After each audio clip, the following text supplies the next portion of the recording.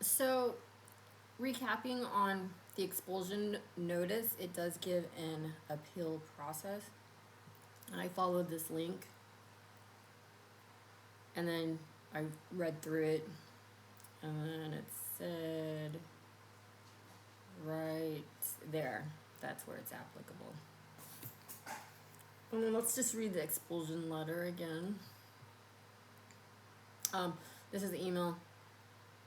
Good afternoon, Janice. Please see attached letter from Shelby Google. That was Friday, 9/20th, the 20th of September, 2024, 1:24 p.m. Addressed to the dean and other chief administrative positions. So, let's see. Oh yeah, okay. So anyways, let me just print this out.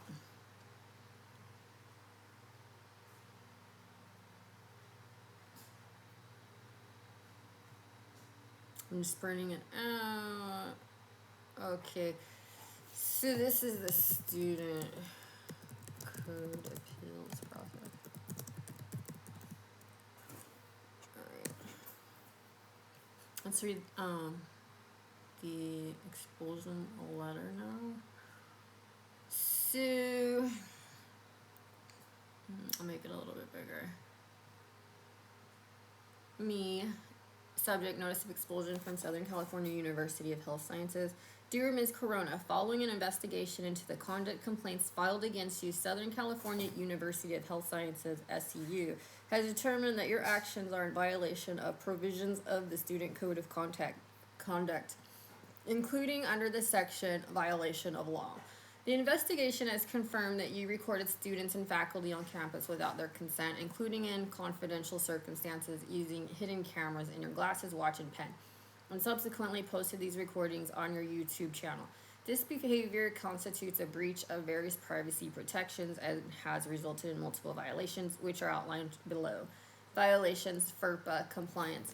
Recording other students without their consent constitutes a serious privacy violation. HIPAA concerns. Given SCU's focus on health sciences, if any of the recorded content includes protected health information, PHI, this could present a violation of the Health Insurance Portability and Accountability Act's HIPAA, which safeguards sensitive health information. Violation 3, California Penal Code Section 632. Under California law, it's illegal to record confidential conversations without the consent of all parties involved. Violation of rights to privacy. Violation 4, recording individuals without their consent infringes upon their rights to privacy. Both students and faculty have a reasonable expectation of privacy in classroom settings and other educational environments which your actions have violated. Number 5, violation, intellectual property issues. The recorded content also infringes upon SCU's intellectual property rights. Educational materials, lectures, and discussions are protected under intellectual property law, and your unauthorized recordings and public dissemination of this content violate these protections. Due to the serious nature of these violations, the decision has been made to expel you from Southern California University of Health Sciences, effective immediately. What this means: you are no longer permitted to attend classes, participate in any university-related activities, or be present on SCU's campus. Your access to all SCU systems, including student portals and emails, will be terminated. Any pending coursework, credits, or degrees are forfeited as the date of this letter. You are also not eligible to re-enroll in another SCU program. This letter constitutes a demand that you immediately cease and desist from generating and or posting video, audio, and or other media that infringes on the privacy rights of SCU faculty and students, and that you immediately take down any such media that you have posted online. SCU reserves the right to take legal action regarding any postings. If you are wanting to appeal this decision, details on how to submit an appeal are outlined in the attached document are available here. We understand that this decision may be difficult, but the protection of our community and adherence to our institutional policies and California law must remain our highest priorities. Should you have any questions or need further clarification regarding this matter, please do not hesitate to contact me. If you need any support during this time, please contact All One Health on 1-800-756-3124. We wish you the best in your future endeavors. Sincerely, Shelby Google, AVP of Student, Alumni, and Career Services. CC to Dr. Anna Fakinato, Program Dean of LACC, Dr. Robert Boggs, University Registrar, Joseph Eggleston, AVP of Auxiliary Operations. And then let's go ahead and look at the link to the student conduct. The university is committed to providing an academic environment that is safe and secure, allows students to develop personally and professionally, and reflects the values of the university. Members are expected to exercise civility and mutual respect at all times. Students are expected to behave in ways that are respectful of the rights of all members of the community to learn, work, practice, and teach. Enrollment at the university is a privileged honor rate and carries certain obligations of conduct both inside and outside the classroom. The student code of conduct is intended to address student behavior that disrupts or distracts from the operation, mission, or reputation of the university. Students are subject to the code of conduct inside the classroom, outside the classroom, in a clinical setting, online, including on non-university sponsored social media platforms, and off-campus events, regardless of whether the event was university sponsored. Students are both members of the university community and citizens. As citizens, students are responsible to the community which they are part of, and as students, they are responsible to the academic community at the university and to other individuals who make up the community. By enforcing the student code of conduct, the university neither substitutes for nor interferes with other civil or criminal legal processes. When a student is charged in both jurisdictions, the university will decide on the basis of its interests, the interests of affected students and the interests of the community, whether to proceed with its disciplinary process or to defer action. A student who engages in the conduct described below has violated the student code of conduct. Note, this policy does not apply to allegations addressed under the university's Title 9 SB 493 Sexual Misconduct Policy, available in the Campus Safety Manual. Okay, and then it says the disruptive, abusive behavior, alcohol and drugs, possession of weapons, disruptive behavior, endangerment, threatening behavior, violation of law, failure to notify, dress code, other conduct violations, student misconduct, violation of codes. And this is where it says steps in the disciplinary process. Step 1, formal complaint submitted. They sent that to the email. I didn't print out the whole email thing, but I have it on a recording of me running through it right before the audio. That was not confidential because she did put some guy Adam there, and I said okay to that, but it did not mean I agreed to it. I did not say formally, yes, I agree to him being there. So he was transcribing it, but possibly recording it. It's communication. And then that's detailed in my appeal letter. Formal complaint submitted. Step 2, determination of merit. Step 3, complaint investigated. Option 1, disciplinary discussion. Option 2, disciplinary meetings. Option 3, disciplinary hearing. So they had already sent me the final decision before an appeal, which means that they went through one of those 3 options that did not include a public hearing to be present at. Disciplinary actions, and I was dismissed. Dismissal, permanent termination of student's enrollment. Dismissal will appear on the student's transcript. In extreme circumstances, the university may immediately suspend a student by leave to pose a risk to other safety or the safety of their students, faculty, staff, or community members. Students placed on emergency suspension are immediately banned from campus and from all classes and events until such time as the matter can be investigated and a final disposition is rendered. The university may also elect to place a student on an emergency leave absent, administratively withdrawing the student from all classes until investigation is completed. And student conduct appeals. This is where I wrote the appeal letter.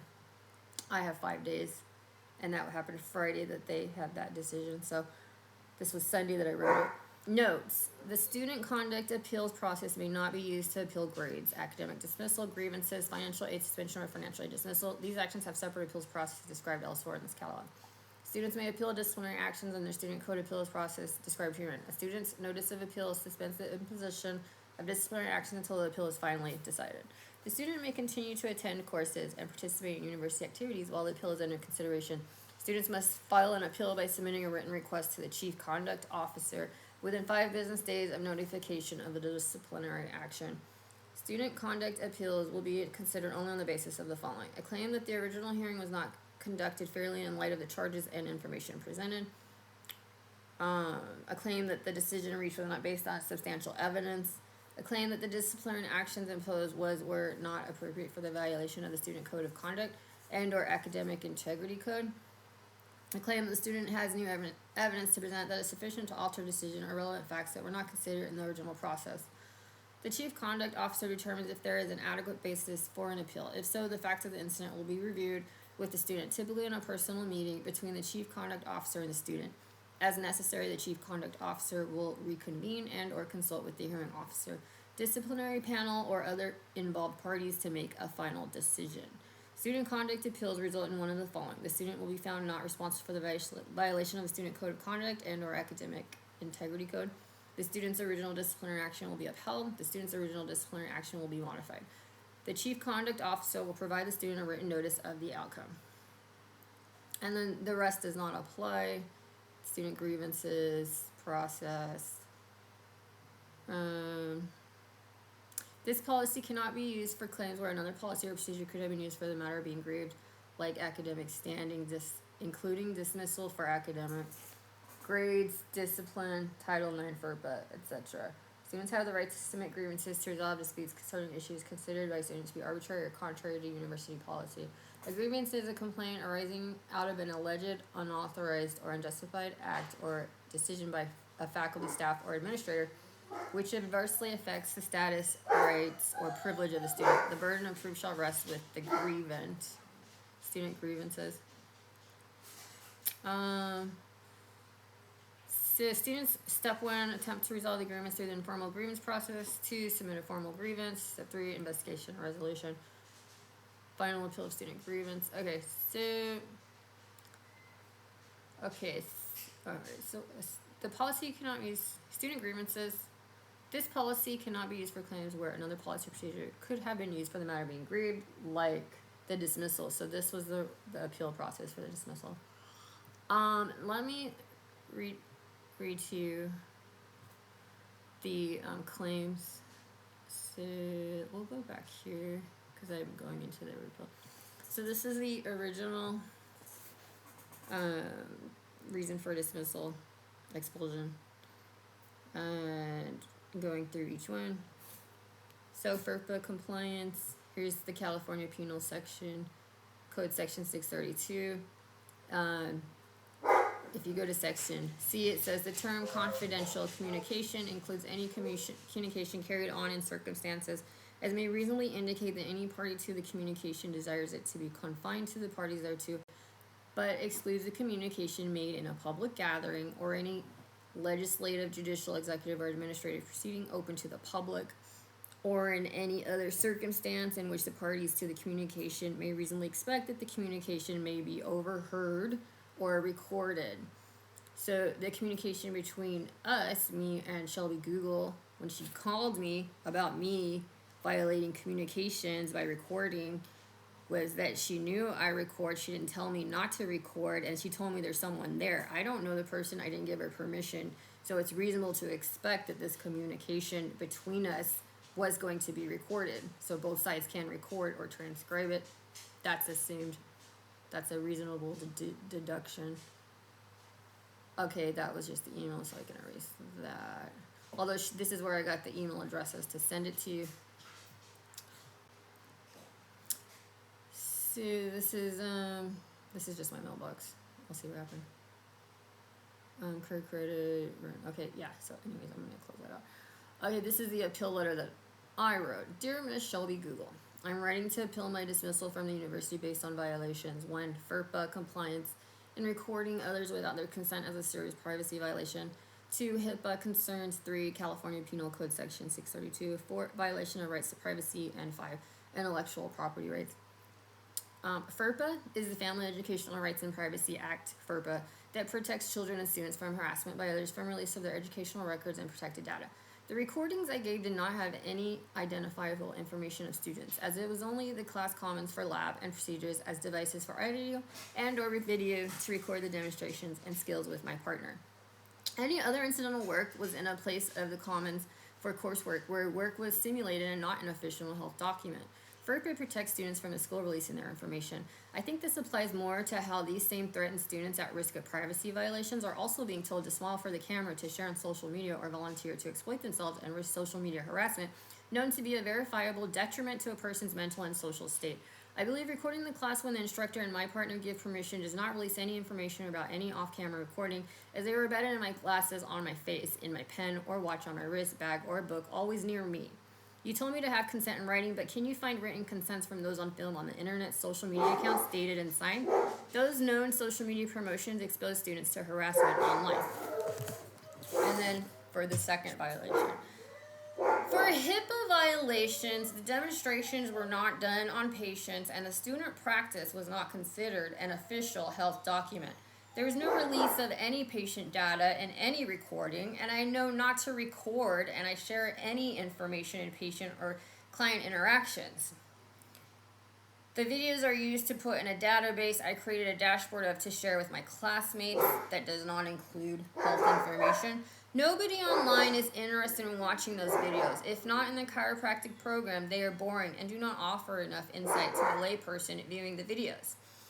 And I only got a recent increase in people who viewed them once I figured out that it was actually coming from someone who was disseminating my videos, putting links to them, and citing them. Once I disabled that process in each video individually, I saw that there were no more higher than normal views of my videos.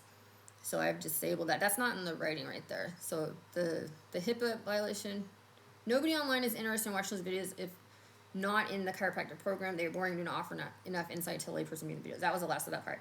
And I did not add to those known social media promotions expose students to harassment online. We all know people online don't like other people online, and they hate it, and they conflict with each other, and they start harassing them, and then they get others involved to harass them, and that creates a mental state of depression and social anxiety. You want to introduce that to students there by exposing them without their actual their informed consent. As a healthcare provider, you're supposed to provide informed consent. I think I go on about this on the next one. For the third violation, for the eavesdropping, Federal Code Section 632, thank you for citing it, but I looked it up and it said Section C of that code said, except in instances where it is expected one of the parties or both would have a recording of the transcript or be recording, which was this case.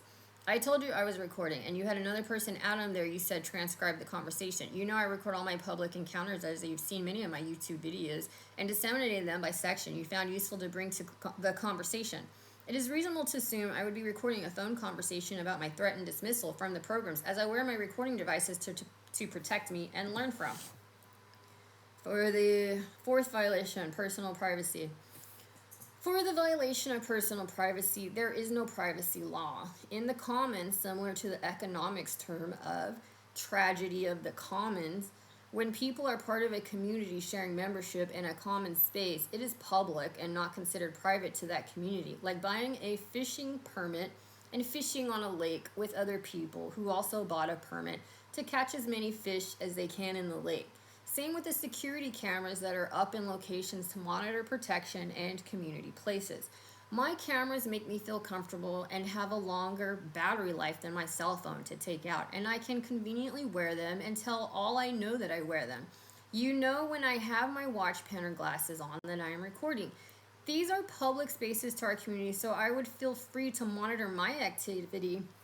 And if I did have a stalker follow me in from the series of stalkers who made threats to me on Instagram and may have been fellow classmates looking me up or even former instructors, I never know, but they have made it clear to me they know where I worked, my business site, my school address, etc. So they make me feel safe to have them on going from my vehicle to class. And I know people knew I was recording because they started keeping a distance from me, and I was okay with that, as I made it obvious I was recording by wearing the large glasses. You could see the camera in them, and people have asked in circles, and those circles spread the dialogue. So I could have a classmate during the off-season stalk me online. I don't ever put up anybody's information other than to discuss my experience with the unprofessionalism of an instructor that I made metaphors to him running his class like a cult, for him having me do extra credit that I thought would pass me, as it was the last assignment and I needed it to be between 8 to 10 points, but made it 5 points. He made it 5 points after I showed up to have my neck and back adjusted by a lower chiropractic procedures 5, AP5 student on my off day, and after losing sleep, I needed to study and be fresh for finals. Okay, you know what? My dogs are barking. Hold on.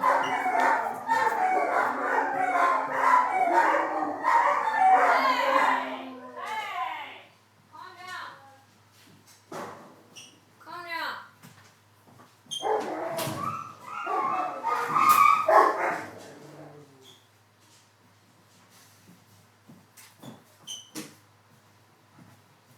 Okay, so let me reread that just in case. Okay, so this actually happened in CR3. I used to wear a dash cam that had a blinking light. This is me talking outside the letter. If you notice, I took those links down there and linked. They're not even linked in my database. They're just for my own records. There was somebody who asked, and I told him, I can list all the people that know that I wore those cameras, and they told people in their circles, and I know the people they told in their circles. Some of those people are people I don't like, and it's reasonable for me to believe that they are the ones that stalked me online, as well as a former instructor, because the same instructor that took over her class that she failed me in, she was getting threatening, harassing Instagram stalkers as well. So I think that the former instructor's other friend circle were stalking me because I made a claim about her way of teaching and not being there for us and not answering emails, telling us not to, and then putting up assignments whenever she didn't announce them to be put up. She would just randomly put them up. Anyways, that's a whole nother process. So another instructor took them in, and she was also getting these weird harassing people that she was losing sleep over.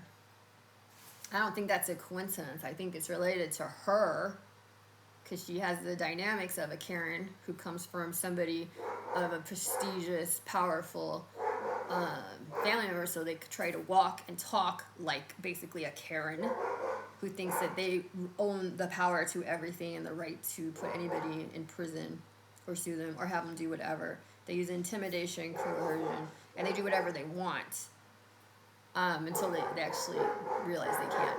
But anyways, my dogs are talking again. I'm going to finish. I'm going to repeat what I just said. So in this letter, I'm picking up at right here. Okay, they know when okay, so let me just read the whole paragraph again. For the violation of personal privacy, there's no privacy law in the commons. Similar to the economics term of tragedy of the commons, when people are part of a community sharing membership in a common space, it is public and not considered private to that community. Like buying a fishing permit and fishing on a lake with other people who also bought a permit to catch as many fish as they can in the lake. Hence, tragedy of the commons, as all the fish are depleted. But that's not in the letter. Same with the security cameras that are up in locations to monitor protection and community places. You can have cameras right there recording everything that goes on. That's not in the record. Same with anybody else. So what's to say why should one person have that power and not everybody else? Because they're not sharing that information while everybody else is being discriminated and basically stalked without their permission. There are no signs that say no recording. There are no signs that say no recording. Same with the security cameras that are up in locations and monitor protection in community places. My cameras make me feel comfortable and have a long battery life. Like that to myself and to take out, and I can completely wear them and tell all that I know I wear them. They know when I have my watch, pen, or glasses on that I'm recording. These public spaces to our communities, these are public spaces to our community, so I would feel free to monitor my activity, and if I did have a stalker follow me in from the series of stalkers who would make threats to me on Instagram, it may have been fellow classmates looking me up or even former instructors, which is why I discussed the former instructor. I never know, but they have made it clear to me. They know where I worked, my business site, my school address, etc. So they make me feel safe. They being the glasses that I wear. Make me feel safe to have them on going from my vehicle to class, and I know people knew I was recording because they started keeping a distance from me. And I was okay with that, as I made it obvious I was recording by wearing the large glasses. You can see the camera in them. And people have asked in circles, and those circles spread the dialogue. So I could have had a classmate during the off season stalk me online. I don't ever put up anybody's information other than just discuss my experience with them. Professionalism of an instructor, this being Dr. Alvarado, separate from the other instructor, that I made metaphors to him running his class like a cult. For him having me do extra credit that I thought would pass me, as it was the last assignment, and I needed it to be between 8 to 10 points to pass. But he didn't tell me it was only going to be worth 5 points. He said, yeah, you can go do it. He made it 5 points after I showed up to have my neck and back adjusted by a lower chiropractic procedures 5 student. On my off day and after losing sleep, I needed to study and be fresh for finals. I lost that sleep I could have been using to sleep and be fresh for my finals. Okay, now the fourth violation. The fifth one, actually. For the intellectual property rights, I have thought about it and decided that even though they are my video recordings of me and my position in the class as a student filming the demonstrations and protecting my property and conversating with my partner, who is aware of the recording, that it isn't right to put them up on publicly on YouTube for interested classmates to view, and have taken them away from public access and made only portions linked to demonstrations fully available at my Google Sheets drive that I have shared with numerous classmates. I am not sure they have used it, but a few, less than a handful, have seen the class demonstration videos. I have a Google Sheet shared with Brian, Raphael, David, Shoshana, Gabrielle, and Rosa. I do not think everybody considered using it, but I find it very useful. I have since deleted that link and made a new link not to share it with them due to the video links not being my demonstration. But they are being shared with community members of the commons we share. Nobody is interested in it outside our community, as there is Google and information is faster to retrieve for a quick answer by asking Google rather than looking up my notes in the database. I did get frustrated that my instructor would say I'm in violation of serious allegations of student privacy, but this is an exaggeration. I would never disrespect other students by violating their privacy or trying to humiliate them in any form or manner. I tell everybody I post that the video is up or just to Google my name to find the videos to use it for studying. It is difficult to accept this as a dismissal when the accusations aren't held up strongly enough to say it is a valid case of me violating HIPAA or FERPA or another student's privacy, as their names aren't up and nobody can use facial recognition software to identify them unless they have a government job that uses it, like TWA at the airports or Border Patrol to secure our nation. I would love to go back to school and start my experience program up again, and so I am writing this letter to persuade you to reconsider my dismissal or give me some reasonable punishment instead. Thank you for your time, Janice Corona. And then that's basically it. So thanks for listening to this. I'll keep you updated. I have some issues with it, but regardless, I put it in there. I tried. So it is up to them if they want to give me a different punishment or they want to pursue other avenues. I've taken down the media, and I have it for my own records to study from or use, but it won't be to humiliate anybody. And it will be to expose their actions against the community members that invest thousands, hundreds of thousands, 1/3 to 1/2 their life to pay off in the hopes of getting a quality education with a quality degree that is going to propel them forward and make them successful. When you have these types of actions and the community is not aware of it, they are stuck not knowing. They did not say there's no recording. In fact, they gave permission to record. Others were recording. This is someone, an instructor, that I have said and told the type of person he is, of his actions. I've made people aware to be cautious of this guy. He should not be instructing people, and I would never go to him to have an adjustment or have him correct any part of my body. As I feel he is a threat to people. He has his own agendas. He makes his own world. The world runs around him. He doesn't care. He's a people manipulator. He doesn't hold a position of power because he likes to operate at just that level of the bridge that lets in students to go into clinicals or not. So I just feel the community should be aware of this. There are people getting financial aid loans. They are coming from other jobs. They need to be aware of their practices, and they need to know that when it best suits them, there's no recording. But to promote them and risk your own harassment, they will record whenever they want to. So I don't feel that is fair. And then to expel someone for these reasons, and then make threats that have no credibility, FERPA, HIPAA, those aren't solid threats. Those aren't solid, solidified. There's nothing there. HIPAA, that is not a client, that's a student, that's a classmate. FERPA, that protects students from harassment and release of sensitive educational information about them, similar to HIPAA, but it's more in what the school controls. And then the California Penal Code for confidential conversations. Those are between people where sensitive information is to be discussed. And I've already said that it is reasonable to believe, because there are different segments of that code. I wasn't informed it's considered confidential, as she has shared it with other people, and she shared it with another person, and she knows that I have a thing with recording. She should have told me ahead of time not to record. And then why are you going to tell someone to record and have them record and then not get their approval? But then I said that I was going to record, because I am recording. I'm recording this because you seem to have a misunderstanding about what I am saying. She continued to talk. That is very similar to when they put cameras recording. So you know that you're in a space, cameras are recording. There are security cameras recording. You see a camera, you should just be a good person all the time. That's what it is. If you do something because you're acting out, well, guess what? You probably have an issue with superiority, and you think that you are more powerful than the rest of the common folk. So there's something wrong with you, and people should be aware of that as well, because you threaten their livelihood and their well-being. So anyways, that's the end of that. I'll keep you updated. Most likely, I probably won't be allowed in the school again, because this was not a very friendly one, and it has made some accusations against their own conduct. And I have shared information online. But I did put in the appeal record, and I don't feel I did anything wrong. So there you go. That's what it is. And I don't recommend you go to this school.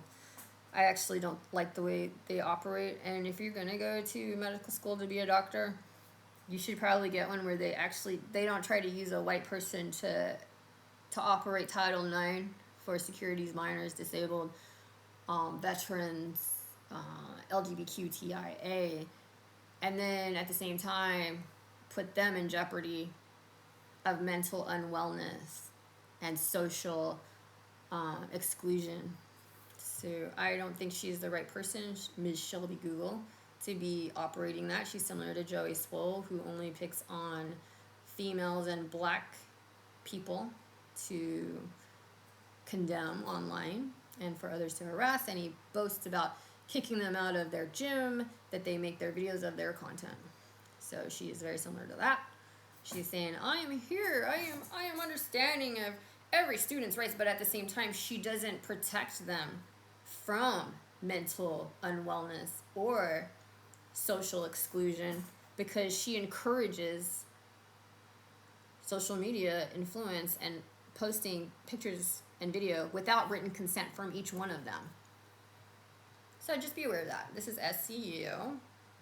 They were going to be moving to Tustin because they wanted a richer, whiter class of people, but plans fell through, and somehow that airport actually ended up causing a huge fire. May or may not be related, but it was after the investor decided not to invest. So now they are stuck in Whittier operating. Oh, thanks so much. If you like this video, go ahead and like and subscribe.